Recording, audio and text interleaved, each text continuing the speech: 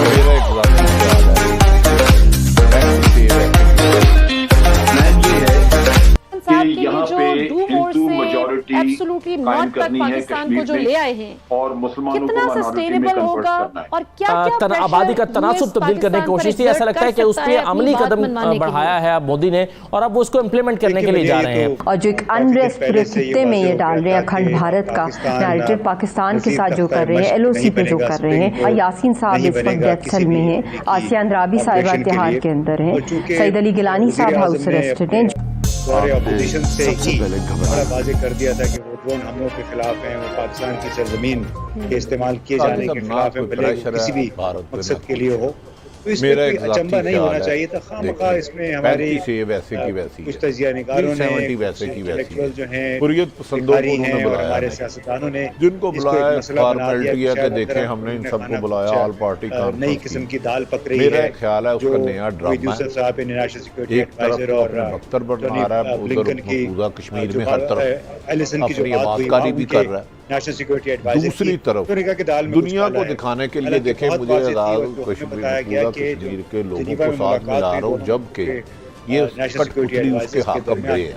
उसमें असल बात तो ये है ना, अगर साहब हमारे साथ 370 और 31 कर देता फिर तो है बात, अदरवाइज ड्रामा है। लेकिन जनरल साहब यकीनन हमसे बेहतर हमारे साथ हैं। पहले से प्लान ये है कि यहाँ पे हिंदू मेजॉरिटी कायम करनी है कश्मीर में, जाहिर है और मुसलमानों को माइनॉरिटी में कन्वर्ट दो साइड से, एक ये कि पाकिस्तान के साथ अमेरिका के ताल्लुकात किस कदर दबाव में आएंगे और उन ताल्लुकात का फिर चीन पे क्या दे दी गई है। इस हवाले से भी वज़ीर आज़म बहुत मरतबा के अब पाकिस्तान का मुस्तकबिल चीन के साथ जुड़ा हुआ है, और अगर पाकिस्तान का मुस्तकबिल चीन के साथ जुड़ा हुआ है इसका मतलब है कि अमेरिका की तरफ से किसी न किसी सूरत में इस पे प्रेशर जरूर आएगा।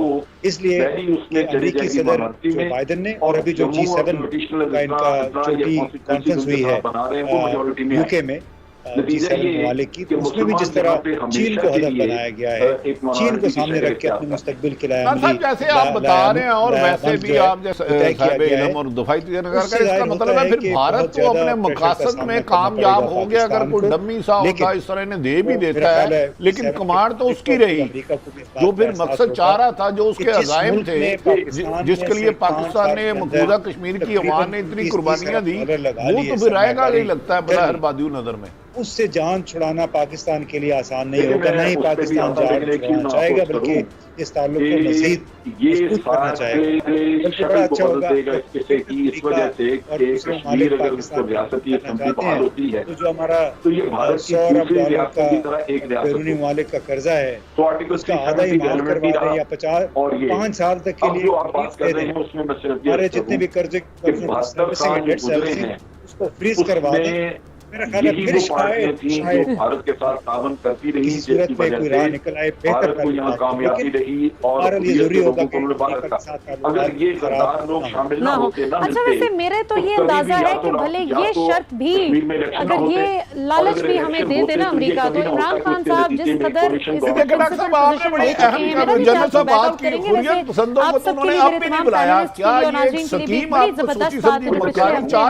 मलिक अमीन असलम साहब जो एनवायरमेंट के मिनिस्टर हैं, फेडरल मिनिस्टर, उन्होंने बड़ी अच्छी खबर हमें सुनाई कि इंग्लैंड, जर्मनी और दीगर कुछ 1-2 ममालिक हैं जिन्होंने ऑफर किया है उन्हें कि अगर पाकिस्तान किसी तरह एनवायरनमेंट पर दिल लगाकर लगन के साथ काम करता रहे। सबसे पहले तो मैं आपसे जानना चाहता हूँ, आपके ख्याल में जो ऑल पार्टीज कॉन्फ्रेंस बुलाई गई, इसमें जिन लोगों ने शिरकत की, क्या ये लोग कश्मीर के नुमाइंदा समझे जा सकते हैं? दुनिया के नजदीक एनवायरनमेंट पर काम करना जो है बहुत जबरदस्त है, जो कि शुरू में ये नुमाइंदा तो नहीं, लेकिन ये गद्दार जरूर समझे जा सकते हैं, क्योंकि इन्हीं के अदवार हुकूमत में कश्मीरी आज़ादी की जद्दोजहद करते रहे और उसी में उनका खून भी बहाया जाता रहा। और इन्होंने अपने कुछ खानदानों ने हमेशा भारत की जो भी हुकूमत हुई वहाँ पे उससे तावन किया। ये वो तावन है जिसकी वजह से भारत आज दिन तक कश्मीर में अपना तसल्लुत कायम करके बैठा हुआ है। जब वो इलेक्शन कराना चाहते हैं तो यही लोग उनके साथ तामन करते हैं, इलेक्शन हो जाते हैं। जब वो चाहें हुकूमत बनाना तो यही लोग कोalition गवर्नमेंट बना लेते हैं उनके साथ। ये इनके अपने मफादात हैं जिनकी परवरिश करना, जिनको पालना, जिनकी देखभाल, वो इनका अपना एक मकसद हयात है। दो चीजें जो रहा मसला कश्मीरियों की आज़ादी का, ये उसका तो उससे तो उनका वास्ता नहीं। जो अब भी ये मुतमईन बैठे हुए थे जबकि आर्टिकल 370 खत्म हुआ और 5 अगस्त ये आर्टिकल 35A को खत्म किया गया, तो आपने देखा कि इन्होंने तो कभी कोई खास बयान नहीं दिया, गुफ्तार रेजोल्यूशन करके मस्त होके बैठ गए। तो अब इनको बुलाना तो बिल्कुल मेरा ख्याल है कोई अंडरस्टैंडिंग पहले से इनके साथ होगी, और इनको बुला के तो जो भी मोदी ने पिछले दिनों जितनी भी तब्दीलियां की और कुछ जो आगे करने जा रहा है उन पे इनसे इत्तेफाक के राय लेगा, इनसे ठप्पा लगवाएगा, और उसके नतीजे में आप देखेंगे कि ये लोग फिर सौदा करके अपने लिए ओहदे वगैरह लेकर वापस आ जाएंगे। ये इधर जम्मू में अक्सरियत बढ़ा के सीटों की, और जम्मू में हिंदू आवाज जो किए हुए हैं वो इन्होंने उनको अक्सरियत दिलवानी है। दूसरा काम इन्होंने ये किया है कि जो आर्टिकल 35A को खत्म करके तो जो शहरियत नए लोगों को दी है, उनको 35 लाख के करीब शहरियत लोगों को दे चुके हैं। उसमें लोगों का वहां रहना जरूरी नहीं है, वो कोई केरला में रहे या बिहार में रहे, जहां भी रहे, उसके पास अगर शहरियत है तो उसको कहा जाएगा कि जाके वोट डाल के आओ, वो अपनी हिंदू जमात को वोट डालेगा। तो इस तरह ये अक्सरियत मैनेज होगी। अब ये जो चीजें हैं जो उन्होंने इन लोगों से इस पे लेनी है, इनसे इत्तेफाक राय करवाएंगे, ये जो पार्टियां बुलाई थी, और इन पार्टियों में वैसे भी 5 तो हिंदू पार्टियां जिनके लीडर हिंदू है वो कह रहे हैं। जैसा मुझे ये बताइए फिर कि ये इस सारी सूरत में पाकिस्तान की हिकमत अमली क्या हो सकती है? पाकिस्तान ने 5 अगस्त 2019 को जब ये इनिशिएट किया गया था, आइन में तब्दीली की गई थी, तो इस पर खूब एहतजाज किया था और हर फोरम पर किया था। पाकिस्तान की स्ट्रेटेजी क्या होनी चाहिए, इसमें कोई कमी देखते हैं आप? तो ये कश्मीरियों की सफों में ये जो गद्दार लोग, कुफ्कार का टोला जो मौजूद है, तो ये इन्होंने हमेशा सौदा किया कश्मीरियों की। पाकिस्तान की वो जो क्लियर कश्मीरी जब इनको बर्दाश्त करके बैठे हुए हैं तो फिर तवक्को क्या करें किसी से बेहतरी की, क्योंकि ये लोग तो हमेशा सौदा करके आके फिर अपने टोले को लेके तो रवाना नजर आते हैं वहाँ पे। इस किस्से के ऊपर ह्यूमन राइट्स का मामला तो खड़ा करना चाहिए था, उसके लिए भी कैंपेन लॉन्च होनी चाहिए। वो भी नहीं होने की डेलीगेशन जाते ह्यूमन राइट्स के लिए, जो ऑर्गेनाइजेशन है, प्राइवेट ऑर्गेनाइजेशन, NGO वगैरह, उनके साथ मिलकर काम किया जाता है, या जो थिंक टैंक्स हैं उनमें लोग भेजे जाते, थिंक टैंक से लिखवाया जाता। ये बहुत सारी चीजें थी जो करने की जरूरत थी, लेकिन हुई नहीं। और जब तक आप डिप्लोमेटिक कैंपेन न लॉन्च करें तो दुनिया तो नहीं हिलती ना, फिर तो वो इसी तरह चीजें आपकी तारीख के सफों में दब जाती हैं। यासीन साहब इस वक्त डेथ सेल में हैं, आसिया अंद्राबी साहिबा तिहाड़ के अंदर हैं, सईद अली गिलानी साहब हाउस अरेस्टेड हैं। जो मेन लीडरशिप है वो ही नजरबंद है, उनकी सारी पॉलिटिकल मूवमेंट्स के ऊपर बैन है। सेकेंड ईयर लीडरशिप भी हिंदुस्तान की वेरियस जेल्स के अंदर है। तो लीडर थे ही नहीं, जो गुपकर अलायंस है ये तो पपेट अलायंस है हिंदुस्तान की, जो कि आई है वहाँ पे, और इनको जब उन्होंने यूज करना होता है ये आ जाते हैं, क्रोकोडाइल टीयर्स शेड करते हैं कश्मीरियों के नाम पे। 70 साल इन्होंने हुकूमतें की हैं कश्मीरियों के खून के ऊपर, और आज अचानक ये खून के आंसू रोने लगे हैं क्योंकि हिंदुस्तान ने जितना इनको यूज करना था कर लिया है।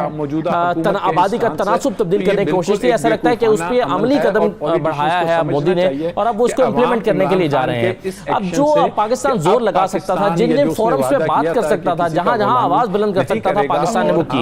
इमरान खान ने जो है वो दुनिया के तमाम फोरम्स पर, और हमारी वजारत खारजा ने भी इस पर कोशिश की।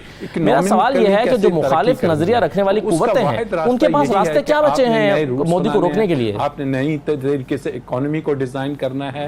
तो देखिए, कंडेम पाकिस्तान ने किया, इंटरनेशनल फोरम्स पे भी कंप्लेंट्स रजिस्टर करवाई हैं, UN ह्यूमन राइट्स कमीशन की भी इसके ऊपर रिपोर्ट्स आई हैं, मगर जब तक लीगल कार्रवाई नहीं होगी इंटरनेशनल कोर्ट ऑफ जस्टिस में, इंटरनेशनल क्रिमिनल कोर्ट में, commission of inquiry UN security council की तरफ से नहीं फॉर्म की जाएगी, chief prosecutor of international criminal court को इसके ऊपर जो वॉर क्राइम्स वो कर रहे हैं प्रोसिक्यूशन नहीं होगी, क्योंकि this comes in the dynamics of international law, international humanitarian law, it's a disputed territory, और UN की अम्ब्रेला के अंदर ये फॉल करते हैं, और ये वायलेशन है जेनीवा कन्वेंशन 4 की, और जो एक अनरेस्ट पूरे खित्ते में ये डाल रहे हैं अखंड भारत का नैरेटिव, पाकिस्तान के साथ जो कर रहे हैं, LOC पे जो कर रहे हैं, चाइना के साथ जो इनकी स्कॉमिशेस चल रही हैं, इतनी बड़ी वहाँ पे तैनात की जा रही है और भी ज्यादा मजीद वहाँ पे आर्मी को, और जुलाई के महीने में भी कहा जा रहा है कि हालात और मजीद खराब हो सकते हैं। There can be another Kargil kind of episode happening. Modi ji ने पाकिस्तानियों को ऐसा परेशान कर रखा है, पाकिस्तानियों की रातों की नींद और दिन का चैन उड़ा हुआ है। कल की महाबैठक के बाद पाकिस्तानियों को समझ नहीं आ रहा कि मोदी जी क्या गेम खेलने वाले हैं। ये अपना सर खुजा रहे और उनको सोचने में मजबूर कर दिया मोदी जी ने कि आगे का गेम प्लान क्या है और किस तरफ हमें ले जाया जा रहा है।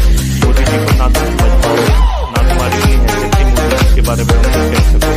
पाकिस्तानी मीडिया में तो ये कहते हैं कश्मीर में हिंदुओं को बसाया जा रहा है। अरे हिंदू हिंदुस्तान में नहीं रहेंगे तो क्या पाकिस्तान में रहेंगे? कश्मीर शुरू से उनकी धरती थी, आज से नहीं 5000 साल पहले से कश्मीर में हिंदुओं का वर्चस्व था। इससे पता चलता है हिंदू वहाँ की पैदाइश है, कोई बाहर से लाए नहीं गए, ना कोई बाहर का धर्म आके बताए। यहाँ पर कश्मीर का जो नाम कश्मीर पड़ा है वो भी ऋषि कश्यप से पड़ा है। इससे पता चलता है हिंदुओं की संस्कृति कितनी पुरानी है कश्मीर के अंदर।